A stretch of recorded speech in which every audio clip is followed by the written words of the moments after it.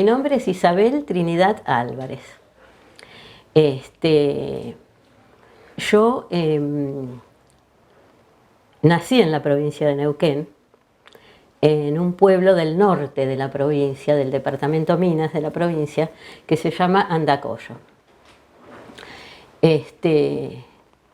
Yo tengo 77 años, así que nací en ese lugar en diciembre de 1943. Era una población prácticamente en ese momento, de gente que procedía de Chile fundamentalmente. Habían argentinos, pero pocos, la mayoría cruzaban la cordillera, eran de Chile. Esta es así que mis abuelos, los dos, mi abuelo materno, padre, abuela y abuelo, eran chilenos, procedentes de Chillán. Y bueno, ellos pasaron a Andacollo, instalaron un negocio de ramos generales, que eran los negocios de esa época, y se dedicaban también a la cría de chivitos, que era el ganado que había en esa época, ¿no? Bueno, ese matrimonio de mis abuelos tuvieron 11 hijos en total. Venían con dos hijos chilenos que fallecieron jóvenes, uno dicen que por tifoidea y el otro fue asesinado en una pelea en el lugar. Bueno, a los adolescentes, uno tenía 20 años, el otro 18. Le seguía a mi mamá, que era la tercera hija, que ella ya había nacido en Las Ovejas, en el paraje Las Ovejas. Bueno, y es decir que, bueno, mis orígenes un poco son de la zona, por el lado materno, y por el lado paterno mi padre era español, que fue un español que llegó a la zona más o menos en 1923, porque los padres de él, o sea, mis abuelos paternos, eran españoles y habían inmigrado en 1908 a la República Argentina, un poquito antes, en 1907, y en 1908 mi abuelo español, que era maestro, recibió la propuesta del Consejo Nacional de Educación, fíjate, porque era de venir a trabajar como maestro en Neuquén. Llegó acá en el año 1908 con un primer destino en Chosmalal, en una escuela de Chosmalal, que eran escuelas ranchos, casi ni existían las escuelas, pero después fue trasladado a Las Ovejas. Y ahí estuvo desde 1908 hasta 1923, en que fallece a los 45 años de edad de un síncope cardíaco, y quedaba una familia de chicos también, los que habían nacido en la Argentina. Mi papá, que era el mayor de todos, que había nacido en 1901, fíjense lo que hacía la familia, lo que hacía, a medida que iban creciendo y terminaban la escuela primaria, que se las daría él mismo, los mandaba a España, donde ellos tenían familia. Es decir, que mi padre, cuando mueren ellos, él estaba en España, en ese momento tenía 22 años, porque mueren en 1923. Entonces, a raíz de este fallecimiento, él viene a la zona para ver qué hacía con los chicos que quedaban del matrimonio, porque la madre también muere 4 meses después, que tenía 46 años. Fíjate qué historia, ¿no? Y bueno, muere ella de una bronconeumonía 4 meses después. Mi abuelo había fallecido en febrero y ella falleció en febrero, marzo, abril, en junio. Bueno, mi padre viene, esos hijos, los hijos chicos que quedaban, que creo que eran 4 o 5, ellos tenían familiares también inmigrantes de España, pero que estaban en Capital Federal. Entonces, bueno, terminan todos esos chicos en Capital Federal. Y mi padre se queda en la zona. Y ahí conoce a mi madre y bueno, se casan. En el año 30. Y bueno, ellos cuando se casan también se van a Buenos Aires. En el año 32 nace mi hermano mayor, que ya está fallecido. Pero en la década del 40, ellos vuelven a Andacollo,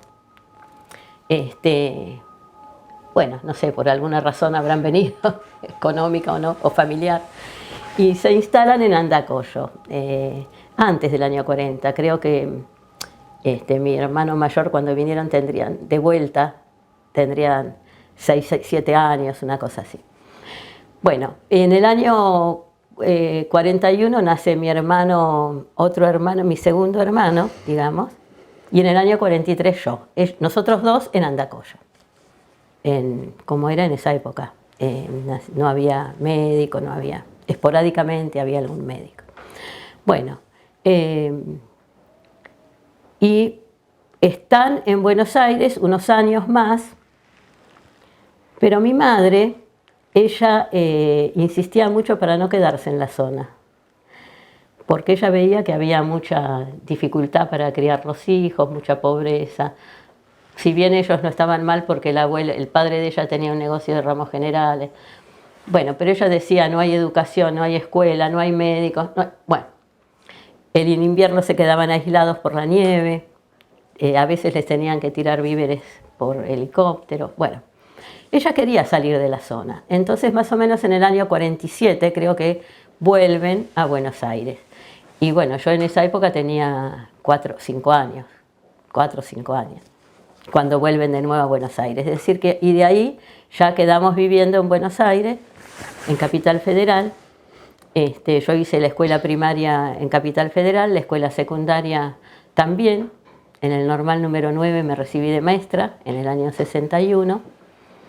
Que ahí yo quise volver a la zona como maestra, porque en el invierno no, en el verano, cuando terminaban las clases en Capital Federal, mi madre, que tenía a sus padres acá y sus hermanos, volvían las vacaciones, es decir, terminaban las clases del ciclo escolar en Buenos Aires, y de diciembre hasta marzo, que empezaban de nuevo las clases, ella venía y nos quedábamos en Andacollo. Es decir que yo conocí bien Andacollo cuando era chica y parte de mi adolescencia, porque más o menos hasta los 16, 17 años veníamos en el verano siempre acá.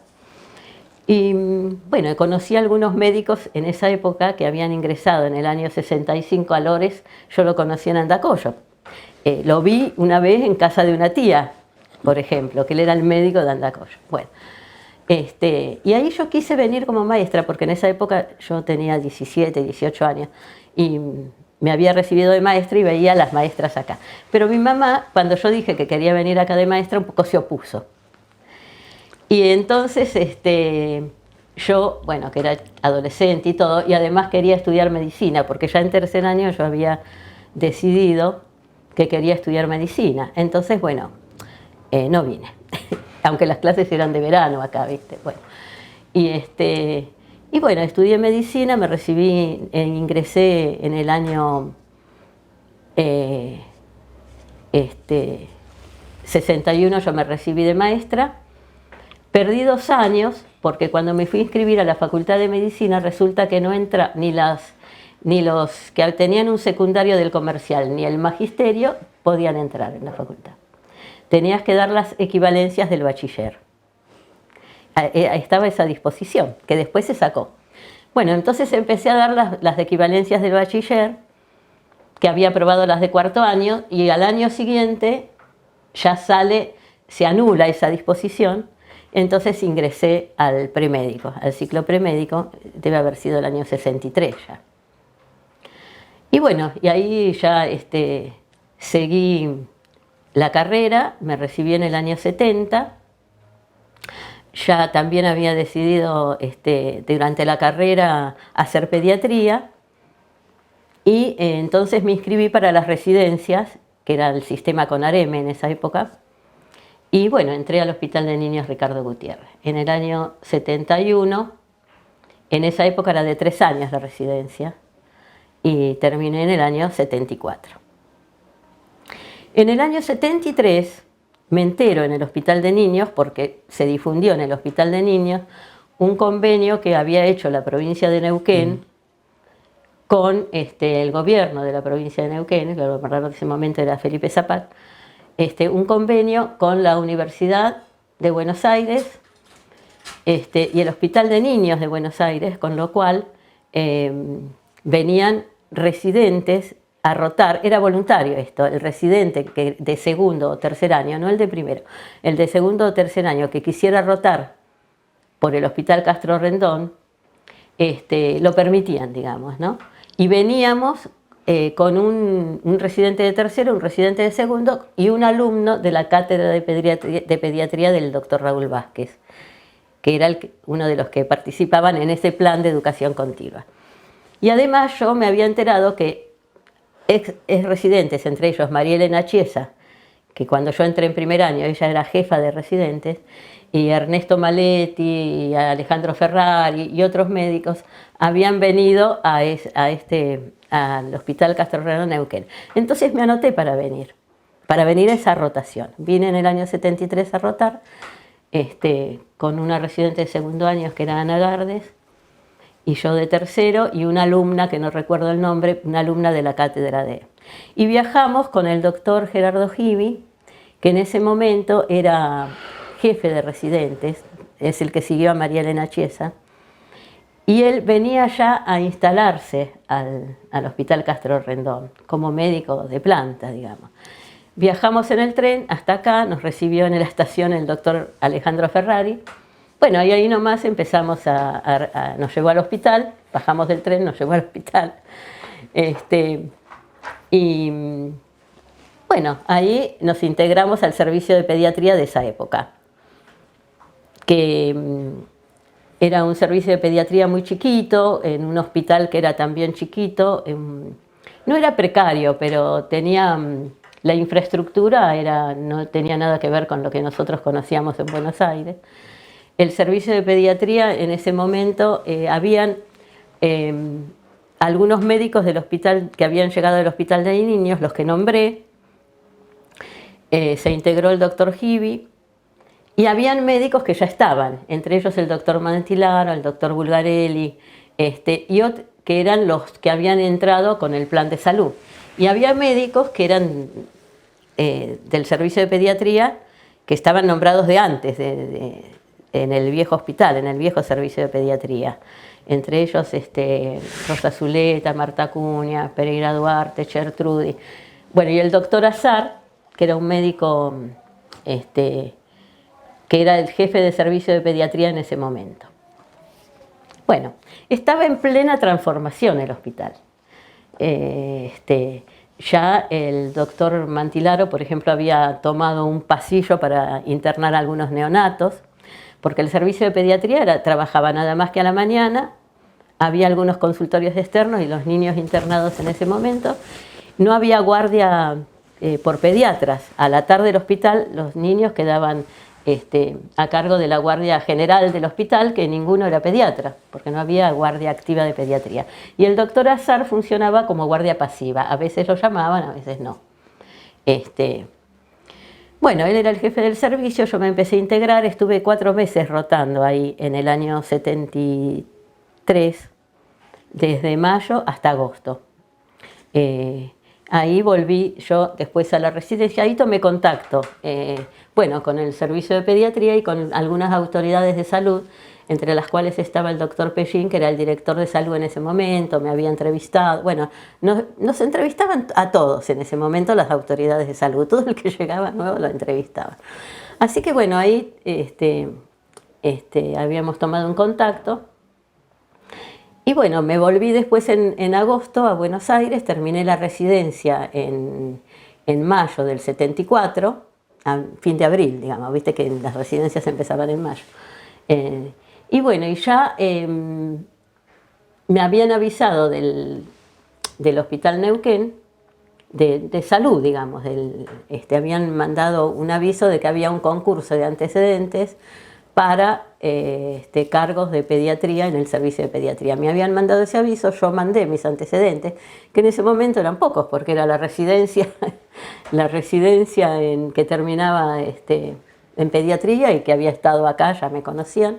Entonces, bueno, mandé, y ya a fines de abril me mandaron un telegrama de que, bueno, había sido aceptada por los antecedentes y que si yo aceptaba el cargo tenía que estar en Neuquén el 20 de mayo. La residencia terminaba el 2, así que yo terminé el 2 la residencia y el 20 de mayo estaba acá. Bueno, viajé.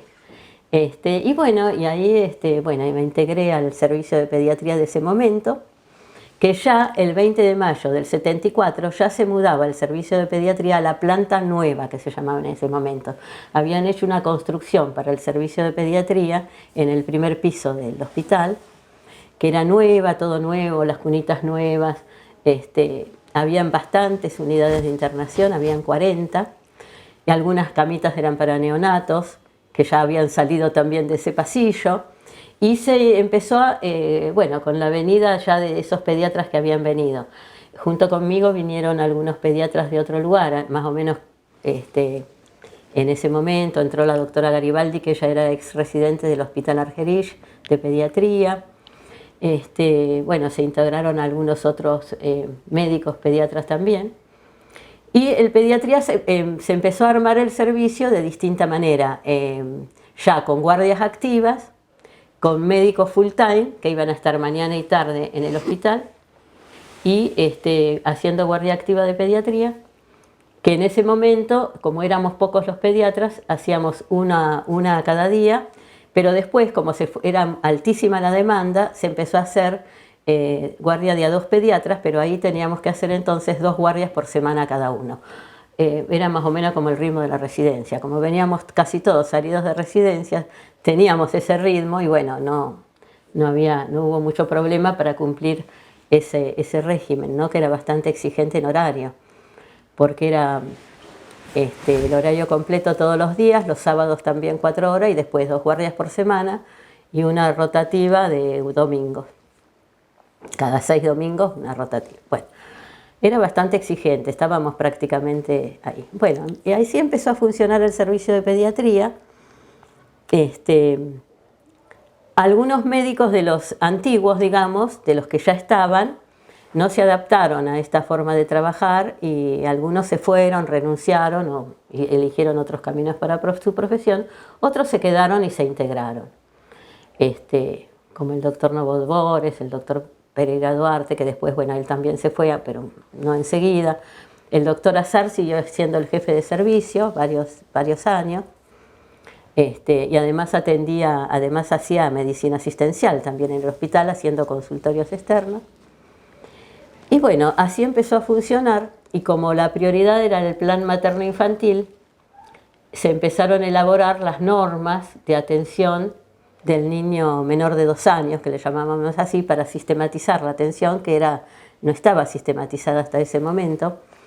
También se empezó a atender, empezamos a atender los pediatras del hospital en los centros de salud, que eran del área, que correspondían al área metropolitana, es decir, dependían del hospital Neuquén.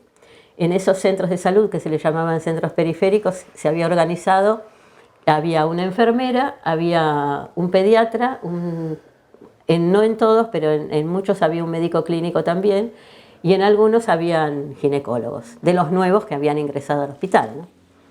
Porque paralelamente, así como se cubrían los servicios de pediatría, también se iban nombrando médicos en los otros servicios del hospital que también iban creciendo, fundamentalmente clínica médica, tocó ginecología y cirugía, ¿no? Y pediatría. Las 4 clínicas básicas se estaban armando todos con el mismo régimen, digamos, con predominio de médicos de educación exclusiva.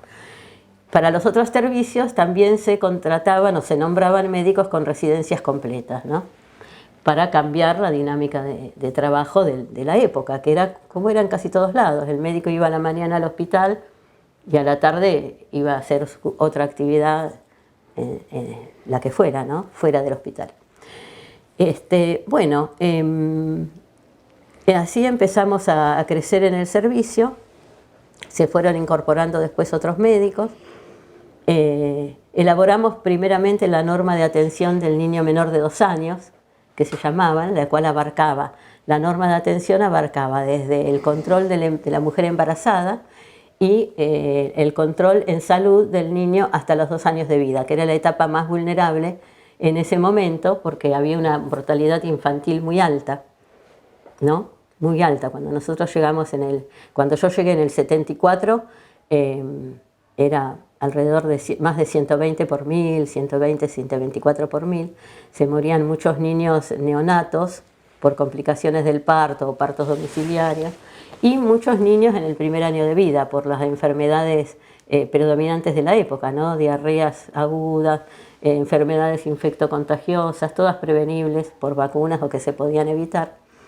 Bueno, se elaboró esa norma de atención, para lo cual participamos en la primera norma de atención varios pediatras, entre ellos el doctor Alejandro Ferrari, algún pediatra que estaba en San Martín de los Andes ya en ese momento, que también se lo convocó para elaborar la norma. Y otros médicos también, y gente de la Subsecretaría de Salud.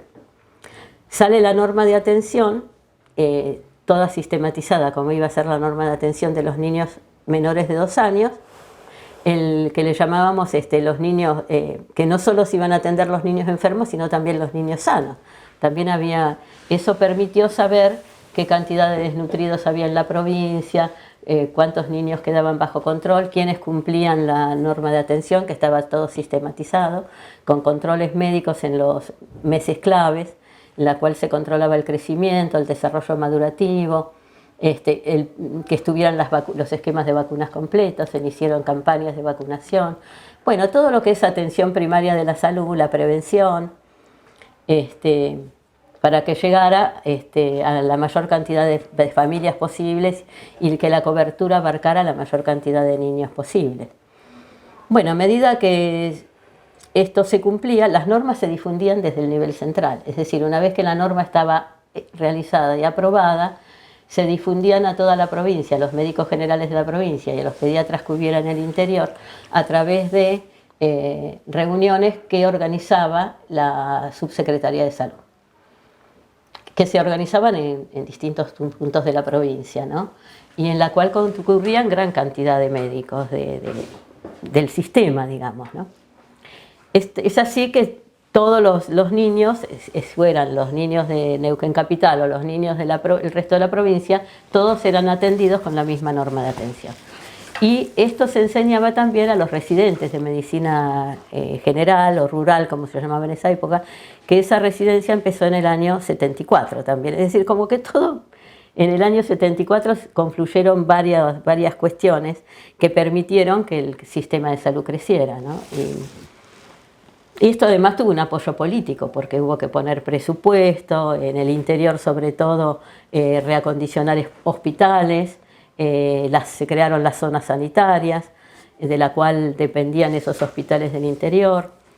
Hubo todo un movimiento de cambio que se fue estructurando a medida que pasó el tiempo y con el apoyo político, porque si no esto no se hubiera podido. ¿Y a qué le llamas el apoyo político? Y el apoyo político yo llamo al que el gobierno provincial de ese momento, que había sido asesorado por dos sanitaristas muy importantes de la época, que eran la doctora Elsa Moreno y el doctor Perrone, habían asesorado porque la Constitución de Neuquén, que se formó en el año... Neuquén se provincializó, creo que en el año 1957. Y ahí hay una Constitución de Neuquén en la cual ya establece en esa Constitución que hay una prioridad de atención en la población, que es salud y educación. Con lo cual se comenzaron a analizar qué pasaba con educación, porque en la educación también estaba muy deprimida. La educación primaria en el interior llegaba hasta 3er grado. Para hacer los años superiores, algunos chicos del interior tenían que moverse de su lugar y la mayoría no se movían, quedaban con 3er grado de escolaridad primaria nada más. Bueno, o sea que hubo dos prioridades ahí, salud y educación, para lo cual se destinó un presupuesto provincial. Y eso se cumplió, porque el gobierno puso dinero para construir hospitales y construir escuelas, el Estado provincial. Si bien las escuelas eran nacionales, muchas, pero después hubo escuelas provinciales, bueno.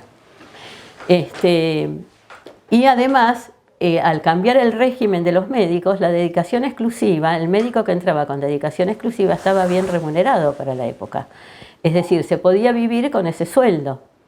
No es que el médico tenía que diversificarse para económicamente poder subsistir, sino que con el sueldo de médico full time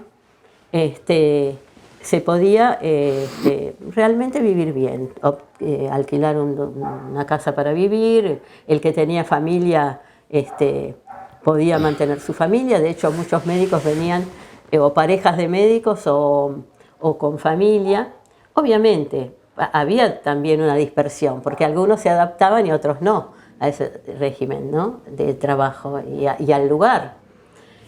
No todos venían a trabajar a Neuquén Capital, que no era lo que se ve ahora, ¿no? Neuquén era un pueblo también. Bueno, a eso llamo yo el apoyo político, porque realmente desde la conducción y los médicos que estaban en la conducción tenían todos también una visión sanitaria de cobertura de la población, ¿no? y de brindar una atención de calidad, la mejor que se pudiera para la época y para el momento, ¿no?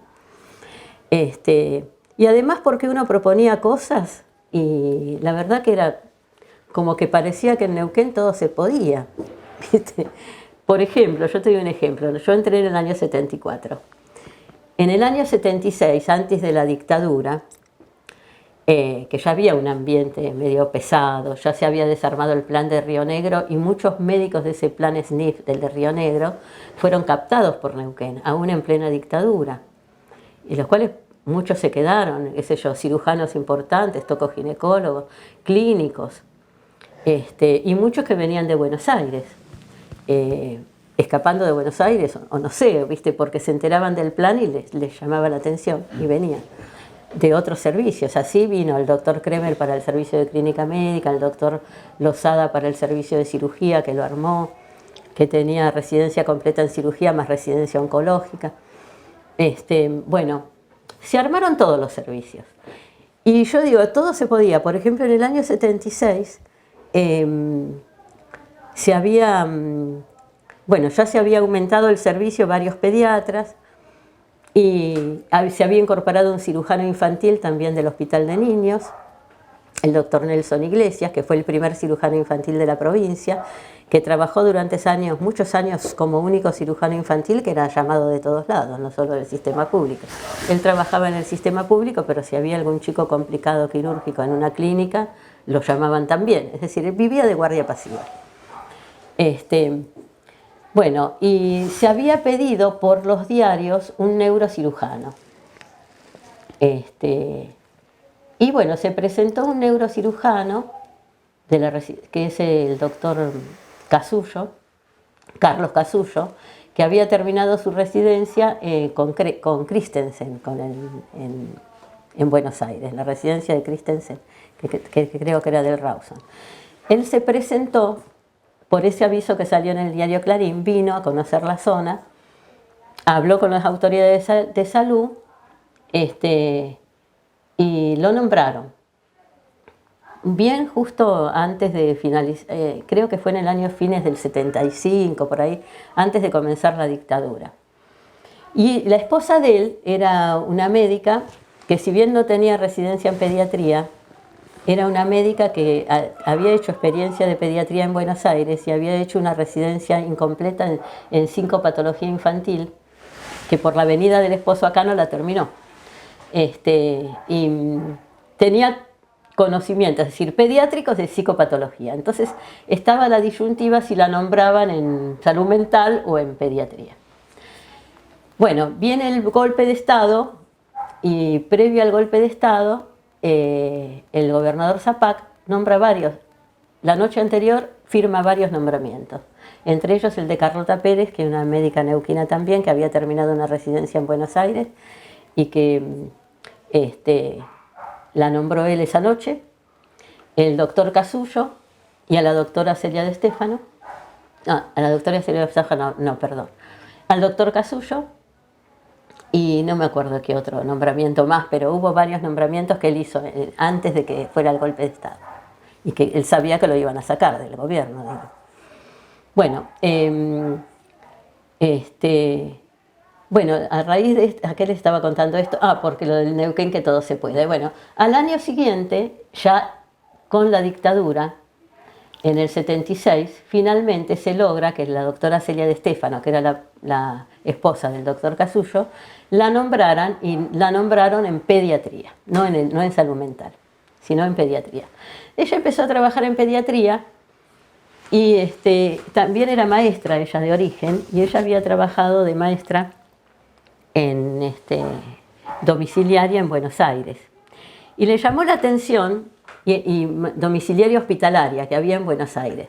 Le llamó la atención porque nosotros en el servicio de pediatría, que tenía 40 unidades de internación, teníamos un sector, bueno, eso no se los conté cómo empezó el servicio, de segunda infancia, que le llamaban, donde había chicos internados de edad escolar, algunos con patologías crónicas, que estaban mucho tiempo internados y perdían la escolaridad. Entonces dice, ¿cómo no vienen maestras acá? Y no, en ese momento ya el doctor había dejado la jefatura, ya esto sería años 77, 78, ¿no? Cuando ella hace esa observación. Y pierden la escolaridad los chicos. Bueno, entonces, ya en ese momento, año 77, ya el doctor Azar había dejado la jefatura y le había sucedido al doctor Pellín en la jefatura de servicio. Yo hacía guardia junto con ella, me lo comenta a mí, y le digo, sí, la verdad que es cierto, como tus conocimientos de psicopatología infantil, no hay un consultorio de psicopatología infantil, ella lo armó. Y con ese tema de las maestras, se lo comentamos al doctor Pellín, y él dijo, pero yo puedo hablar con fulano de tal, de educación, a ver si pueden mandar unas maestras hospitalarias. Y bueno, mandaron 2 maestras para el servicio de pediatría, y ahí empezó la escuela domiciliaria hospitalaria. Es decir, después se armó un servicio, que la directora fue una hija del doctor Ramón, Pupi Ramón le decían, una señora más grande que nosotros en ese momento, la directora de la escuela hospitalaria,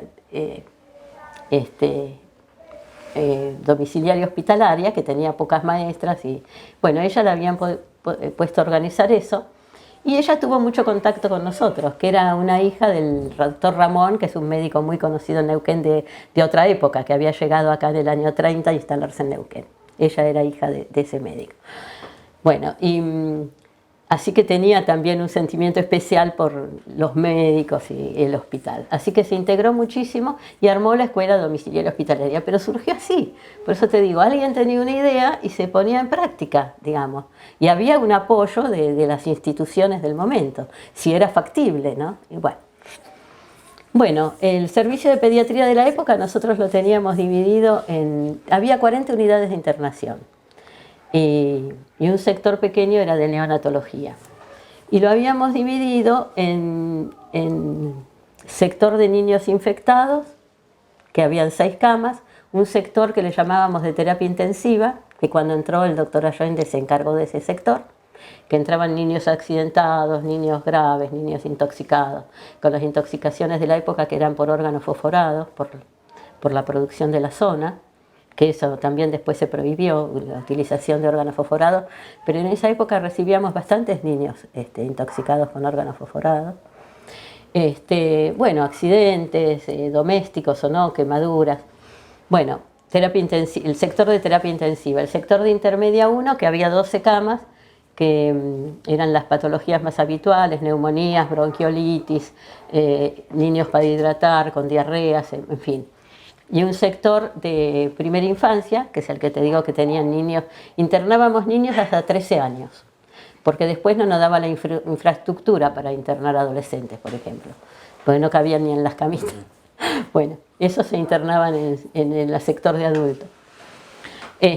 Bueno, y el sector de intermedia 2, que eran niños ya prealtas, que ese sector lo atendía uno de los médicos antiguos que habían quedado en el servicio, que era el doctor Novodvores, que era un médico muy bueno, es decir, no tenía la formación pediátrica que teníamos nosotros, era de otra época, pero ese sector lo manejaba muy bien porque tenía muy buena relación con las madres, y él mismo era muy empático, muy tranquilo era. Bueno, tenemos muy buenos recuerdos del doctor Nabot Bores. Bueno, así empezó a funcionar el servicio, ¿no? Y a medida que ingresaban los nuevos, por ejemplo, ingresó Daniel Allende, ingresaron algunos neonatólogos, algunos procedentes de Córdoba, y el servicio, la guardia de pediatría, nosotros abarcábamos todo el servicio, es decir, ¿no? Neonatología estaba integrada a pediatría, si bien había algunos médicos que a la mañana hacían neonatología, pero después esos médicos también hacían, como el resto de los médicos, a la tarde los centros iban a los centros periféricos y a la mañana nos encargábamos de los sectores de internación. A partir del tipo de la 1 de la tarde, del mediodía, ya quedaba la guardia a cargo de todo el servicio de pediatría, con lo cual la guardia tenía mucho trabajo porque había alta demanda externa, porque empezó a funcionar la guardia pediátrica, la gente empezó a concurrir. Alta demanda externa y alta demanda de los chicos internados, más los neonatólogos, más los partos que también empezamos a ir para la admisión de los partos, para que la atención del recién nacido en el momento del parto. Ahora, sí. Digo, había cambiado, ya no estaba más Felipe Zapá, estaba la dictadura. Estaba la dictadura. ¿Cómo sí. transcurriste la dictadura? Bueno, la dictadura la transcurrimos bastante mal. ¿Por? En el sentido, yo por ejemplo tuve una situación personal, porque el golpe fue el 24, yo me había casado, digamos, yo llegué acá en el año 74 y me casé en el año 75. Me conocí con mi esposo en el mismo año que llegué. Y bueno, de ahí, viste, esas cosas de la vida, no nos separamos más. Bueno, que es mi esposo. Bueno, él tenía un hermano que era un intelectual que trabajaba en la Universidad del Comahue y estaba no era cátedra, era hacían atención extra facultad, digamos, sí. Que no me acuerdo cómo se llamaba. Extensión universitaria. Extensión universitaria, exactamente. Él era uno de los que estaba en extensión universitaria y además era un escritor y con tendencia de ideas políticas de izquierda, que se llamaban en ese momento. El mismo día del golpe, en la madrugada del golpe, él vivía en Chipoleti con su familia. Y en la misma madrugada del golpe a él le entran en la casa y lo detienen. Es uno de los primeros detenidos de la dictadura militar. Y bueno, lo detienen y no salió más hasta que vino la democracia. Lo estuvo detenido siempre acá y después en Rawson. Bueno, pasó todos los males de la dictadura. Bueno, y a raíz de esa situación, el 1 de julio del 76, es decir, el golpe había sido en marzo. Bueno, los hermanos habían empezado a moverse para primero saber dónde estaba, para ver si podían rescatar a la hermana, qué sé yo. Y el 1 de julio de 1976, sí, yo estaba embarazada de primera hija, y ya prácticamente en ese mes yo entraba con licencia por maternidad. Bueno, y el 1 de julio del 76 mi esposo me pasa a buscar por el Hospital Neuquén a la salida, 5:30 de la tarde, una cosa así. Él trabajaba en Chipoleti y me dice, bueno, vamos primero, antes de ir a casa, vamos primero a Chipoleti. Vivíamos en un departamento nosotros, en un monobloc que todavía está sobre la Avenida Argentina, porque yo tengo que pasar todavía, él trabajaba en una empresa que se llamaba Petrosur, era una empresa agrícola, bueno. Tengo que pasar todavía por la oficina. Le digo, bueno, vamos, total, estábamos todavía sin los chicos ni nada. Dice, además hacemos las compras, bueno, para la casa. Bueno, llegamos a Chipoleti, hicimos las compras en un mercadito que había y vamos a la oficina. Cuando llegamos a la oficina, él trabajaba más o menos hasta las 7 de la tarde, la oficina estaba cerrada y dice, uy, qué raro, está cerrada. Bueno, apenas acerca el auto al portón para entrar, toca la bocina para entrar, viene el sereno, el que trabajaba como sereno, a abrir el portón y detrás del sereno, bueno, todos militares. Estaba todo rodeado el edificio, lo estaban esperando. Así que ahí nomás, bueno, y yo estaba al lado de él, en el auto. Ahí nomás se suben, primero lo hacen bajar, lo palpan de armas y yo me quedo arriba del auto, yo estaba embarazada. Y bueno, suben dos atrás, dos militares, dos soldados serían, armados, y le dicen maneje hasta la comisaría, hasta la federal de Chipoleti. Bueno, yo manejé, él iba manejando y al mismo tiempo me iba diciendo, avísale a Elsa, que era la hermana. Digo, sí, a alguien le voy a avisar. Bueno, llegamos a la comisaría y ahí nomás los sacan y lo meten adentro. Y a mí me dejan arriba del auto. Me dejan arriba del auto. Yo no sabía qué iba a pasar conmigo, porque ya estaba el comentario de que la gente la detenían, la desaparecían. Bueno, ellos bajan con él, se meten ahí en la federal de Chipoleti, la comisaría era, y yo me quedo arriba del auto. Al rato salen de nuevo, me hacen bajar del auto y estacionan el auto a un costado de la comisaría y me dice, usted se tiene que ir a su domicilio. Yo digo, no, yo no me voy a ir, ¿y mi marido qué pasa? Bueno, se fueron, no tienen ninguna explicación. Y yo entonces entro a la comisaría y habían policías. Y empiezo a preguntar, a mi marido lo detuvieron, no entraron acá, sí, pero nosotros no sabemos nada porque esto es procedimiento militar. Bueno, nadie tenía ningún información. Y yo no me movía de ahí, porque digo, acá entró, en un momento va a salir. No había celulares, en un momento me voy a hablar de un teléfono público, la llamo a mi cuñada, viene mi cuñada, que era la hermana de él, y le digo, mira, lo detuvieron a Edgardo, viene, y bueno, nos quedamos las dos ahí esperando, nos quedamos como hasta la madrugada, ¿viste? Y ya nos habían echado hasta afuera de la comisaría, y más o menos 1 de la mañana sale llega un furgón, y ahí lo sacan, esposado, que lo meten al furgón, y parten. Entonces mi cuñada, que tenía un auto en ese momento, íbamos atrás del furgón. Sí, la verdad es que uno ahora se ríe, pero bueno, atrás del furgón. Y cuando pasamos el puente ya hacia Neuquén, ahí paran y dicen, ustedes no pueden seguir detrás nuestro, tienen que irse a su domicilio, no sigan detrás nuestro. Entonces mi cuñada dice, bueno, vamos, no, porque no sabemos que vamos. Entonces nos fuimos y bueno, fuimos a donde yo vivía, que era el departamento, y ahí también estaba rodeado el edificio, o sea que lo estaban esperando acá y allá, y allanaron el departamento, que buscaron cosas adentro, revolvieron todo. Y bueno, y yo ahí, en el medio, ¿viste? Preguntando qué pasaba, nadie te decía nada. Bueno, después se fueron, revolvieron los libros, es como que buscaban cosas, ¿viste? Armas buscarían, qué sé yo. No encontraron nada, se fueron.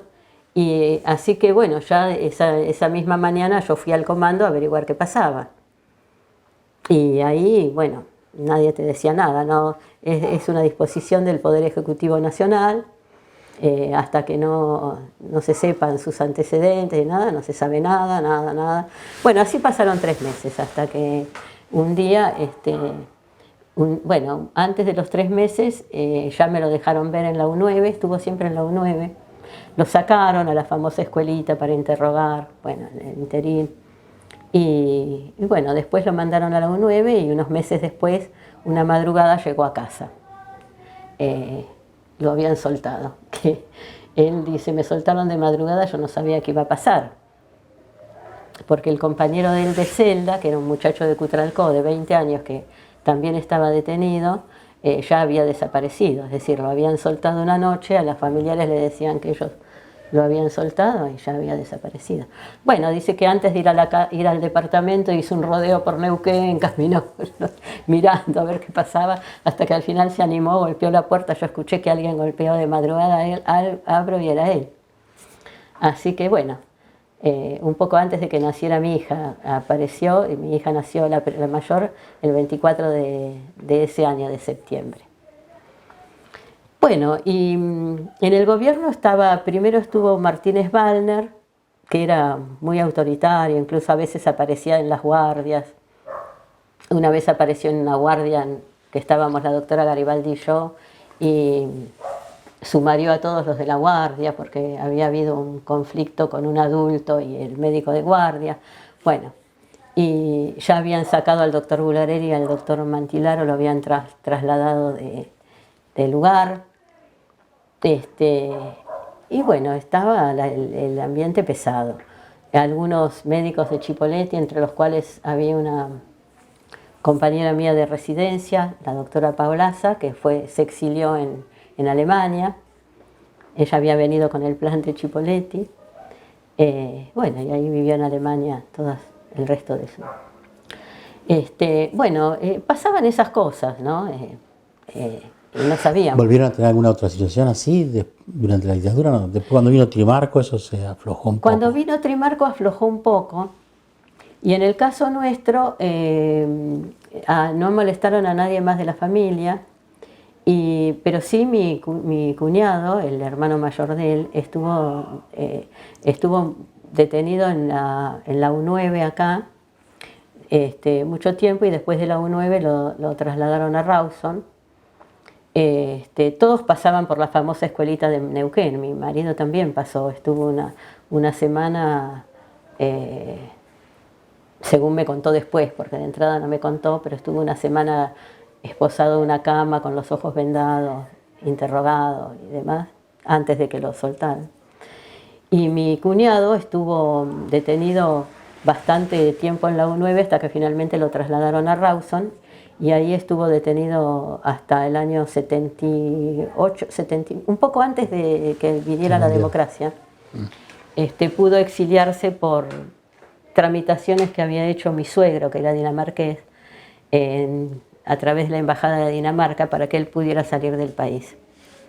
Y bueno, finalmente pudo salir del país, que lo trasladaron directamente de Rawson a Buenos Aires, y de ahí directamente un avión, y pudo salir exiliado al país. Y no volvió hasta después que no volvió más en realidad, porque volvió después del advenimiento de la democracia, pero bueno, él ya estaba instalado en Dinamarca, ya había fallecido su señora con la que había ido de acá, que se había ido a vivir con él allá. Bueno, hizo su vida en Dinamarca, después de la dictadura, ¿no? ¿Y tu vida laboral dentro del hospital continuó con...? Mi vida laboral en el hospital continuó, sí, como normalmente. Yo, al poco tiempo en septiembre nació mi hija mayor, en plena dictadura, y cuando yo de los compañeros tuve mucho apoyo, porque justo que a mi marido lo detienen, esos 3 meses antes de que naciera mi hija, que lo liberan justamente unos días antes de que naciera mi hija mayor, yo estaba con licencia por maternidad, y tuve mucho apoyo de mis compañeros. Por ejemplo, me acompañaban al comando a averiguar qué pasaba con mi marido, que te recibía uno que, bueno, por supuesto no te daban ninguna información. Bueno, toda esa etapa que mi marido estuvo detenido, yo estuve con la licencia por maternidad. Cuando él lo liberan, al pocos días nació mi hija mayor. Nació en septiembre del 76. Y bueno,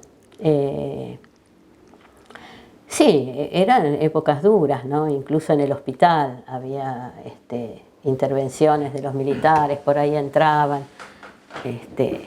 El servicio de pediatría, que por ejemplo tenía, el servicio de pediatría, que era nuevo en ese momento, se había inaugurado en el año 74 cuando yo entré, tenía hasta música funcional, y un día entró un ministro de la dictadura y escuchó la música funcional y dijo: ¿qué es esto? ¿Qué es esto? Hizo cortar toda la música funcional. Bueno, habían esas cosas de prepotencia, pero bueno, fue una etapa dura esa, realmente, sí, dentro del hospital, pero el hospital siguió funcionando. ¿Y por qué cree que no se desmanteló en esa época Mira, no se desmanteló, yo creo que porque después vino creo que fue así, ¿no? A Zapac, era gobernador en esa época Felipe Zapac, por supuesto lo destituyeron, y después de él vino los gobiernos militares, pero hubo como un relajamiento con respecto a la gente del hospital, digamos, no intervinieron mucho con la gente del hospital, salvo esa primera etapa con el ministro Jorge, con el, no me acuerdo cómo se llamaba el que estaba en el comando en ese momento, Después cambió, vino otro gobernador y fue como más leve la cosa.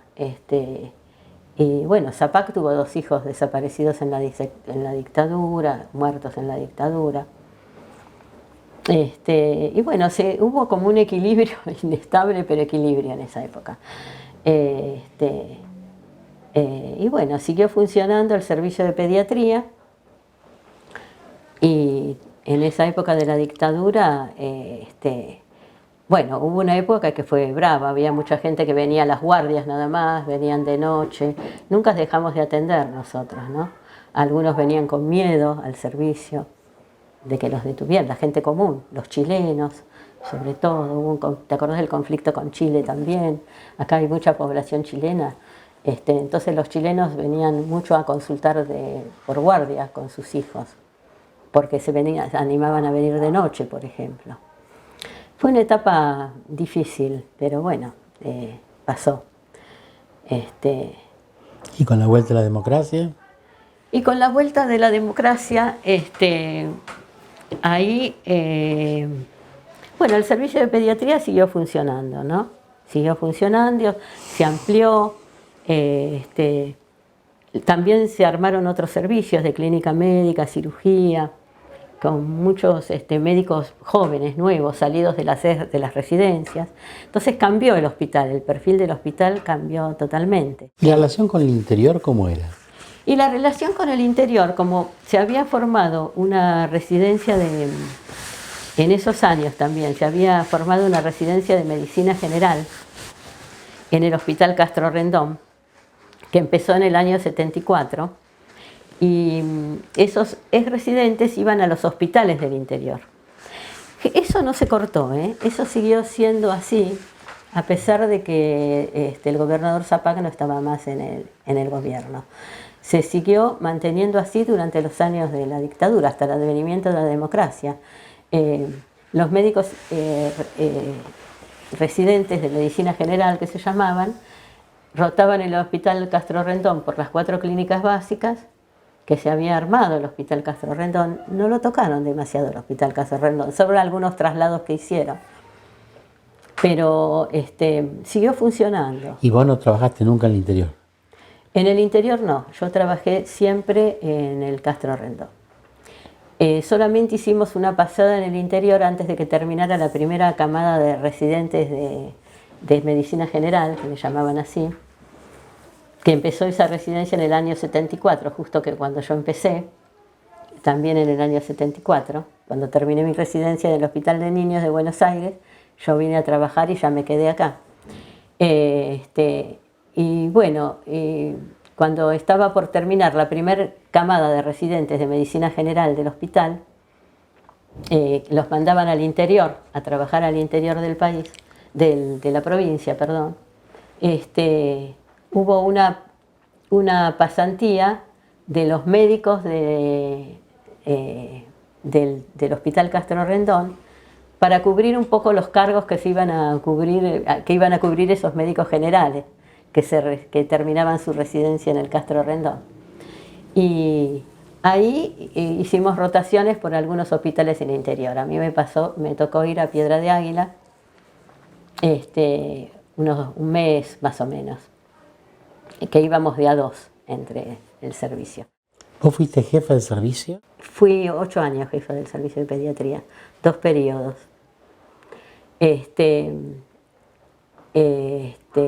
Yo lo sucedí en la jefatura de servicio al doctor Pellín. Ah. Sí. Y yo estuve 8 años como jefa de servicio, que éramos jefa de servicio, pero además hacíamos actividades de pediatra general, trabajábamos en el hospital y en los centros de salud. Y bueno, ahí después yo estuve trabajando en el Hospital Castro Rendón, trabajé 21 años más o menos.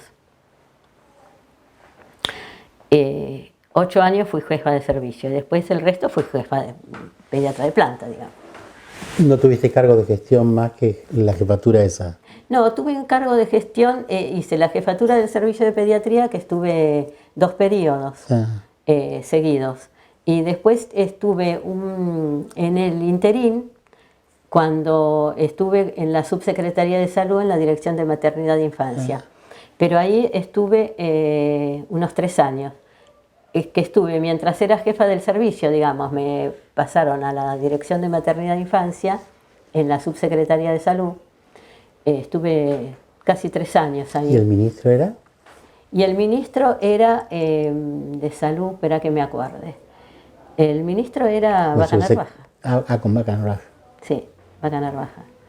Era. ¿Y qué recordás de esa época? Y esa época fue buena con Vaca Narvaja. Vaca Narvaja había estado durante los años de la dictadura fuera del país, que lo sacó de acá Zapac, porque veía cómo venía la mano. A él le habían desaparecido 2 hijos y bueno. Después él volvió y estuvo como ministro. Yo tuve buena relación con el ministro, con Vaca Narvaja. Fue en el periodo que yo estuve en el nivel central, como en la Dirección de Maternidad e Infancia. Y bueno, trabajamos bien en esa época. Después yo volví, pasados esos 2 años de gestión ahí, volví al servicio de pediatría. Y bueno, el servicio de pediatría volví a la jefatura, porque yo en el interín me reemplazaron a mí en la jefatura a la doctora Celia de Estéfano. En el interín mientras estuve en la Subsecretaría de Salud. Después volví a la jefatura y después, bueno, cada 4 años se concursaba la jefatura de pediatría, ¿no? Vos venías del Hospital de Niños, que era un hospital de mucho método científico, Sí. con alto nivel de científico, en toda la escuela de Sí. San Antonio. Y cuando te insertás a Neuquén, ¿cómo compararías esa vivencia que haces de 20 años, 25 años, con Sí. esa vivencia, con la vivencia que tenías del Hospital de Niños? Bueno, sí, la experiencia del Hospital de Niños fue muy, muy importante para insertarse acá. Además yo había venido a rotar durante la residencia, había venido a rotar acá antes de terminar mi residencia con el plan de educación continua que se había armado entre la provincia y el Hospital de Niños de Buenos Aires, ¿no? No, mi experiencia en ese sentido fue buena, digamos. Y nosotros acá, el servicio de pediatría en esa época, implementó muchas acciones en beneficio de la infancia. No solo la parte de atención asistencial, sino que implementamos un programa de educación continua que le llamábamos, con el cual teníamos, la provincia nos había firmado un convenio con el Hospital de Niños de Buenos Aires, venían docentes del Hospital de Niños de Buenos Aires y nosotros también, y hacíamos un curso de educación continua que se llamaba, que lo hacíamos en la Universidad del Comahue. Habíamos también logrado un lugar en la Universidad del Comahue. De educación continua para pediatras y médicos generales que quisieran venirse fuera de Neuquén o de Río Negro, que nosotros estamos pegados a Chipoleti. Eso fue pionero a nivel nacional. Claro. Y bueno, ese curso nosotros lo implementamos, íbamos todos los viernes, que duró como 10 años ese curso de educación médica continua que le llamábamos. Todos los viernes lo hacíamos en la Universidad del Comahue y dictábamos distintos módulos de pediatría, de lo cual venían médicos generales de la provincia, también venían de Río Negro, o pediatras que se desempeñaban en otros lugares de la provincia, venían a ese curso que nosotros organizábamos acá. Ese curso tuvo una duración de 10 años seguidos. 10 años seguidos, todos los viernes, las 11 y las 3 de la tarde, íbamos a la Universidad del Comahue y ahí teníamos un lugar para hacer el curso de educación continua que le llamábamos en pediatría, ¿no? Para seguir con el nivel de pediatría, que además el servicio fue, a medida que fue pasando el tiempo, fue aumentando su nivel. Ingresaron médicos cirujanos infantiles, el terapista infantil que fue Daniel Allende, bueno, médicos que venían de otros lugares, a integrarse al servicio. El servicio creció muchísimo los primeros años, ¿no? ¿Y la incorporación de gente nueva cómo se producía? ¿Se adaptaban rápidamente? Sí, se adaptaban porque era un servicio que era con dedicación exclusiva, la obligación de hacer guardia activa en pediatría o en neonatología, e integrarse a las actividades del servicio, que nosotros atendíamos la parte de internación y además atendíamos los centros de salud. Iban un pediatra todas las tardes a los centros de salud en los barrios que se habían implementado centros de salud en los cuales iban un médico pediatra, un médico clínico, había una enfermera permanente para que la gente en los barrios tuviera un lugar donde atenderse y no concurrieran todos al hospital.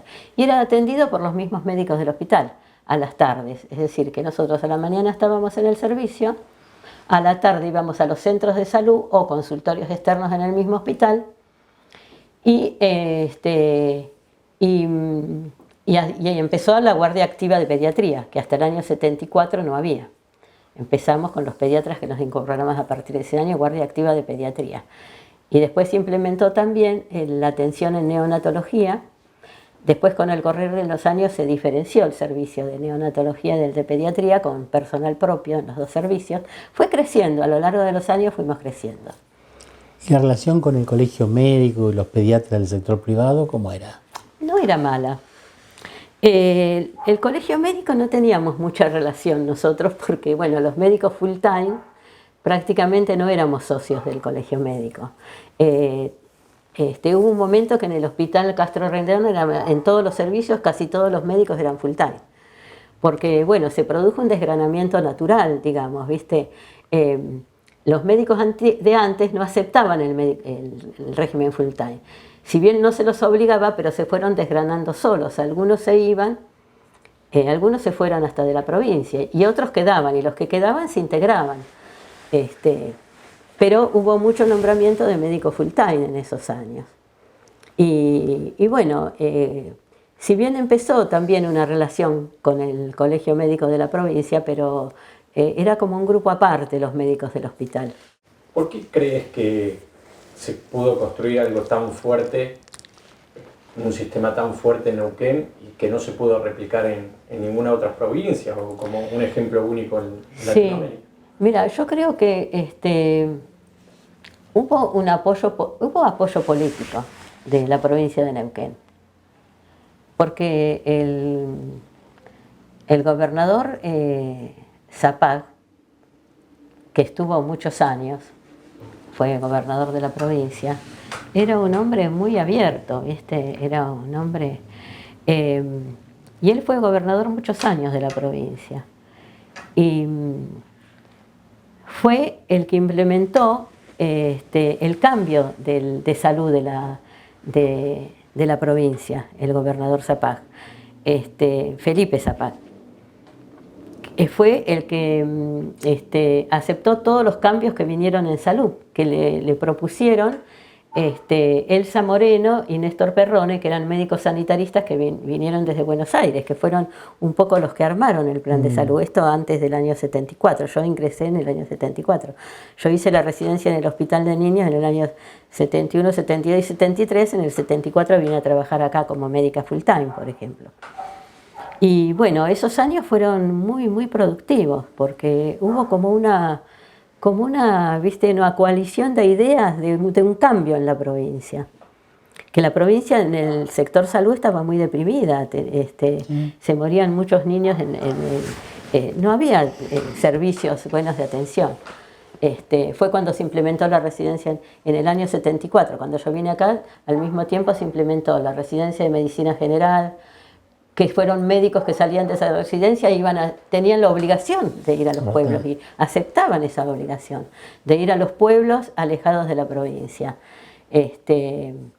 Y bueno, algunos se instalaron hasta permanentemente, otros estaban varios años y después volvían al Castro Rendón y se especializaban y seguían trabajando en el Hospital Castro Rendón ya como médicos cirujanos o pediatras o tocoginecólogos. Hubo como un cambio que se mantuvo bastantes años en el tiempo, ¿no? Y con una mentalidad de los médicos, con una gran mentalidad de la medicina, es una actividad de servicio hacia la población, ¿no?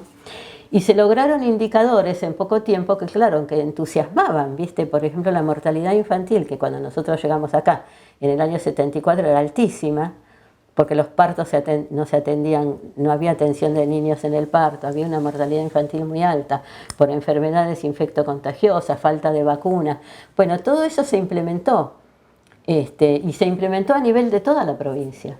Y hubo, así como acá en el Hospital Castro Rendón, hubo muchos médicos nuevos que venían con otras ideas de atención.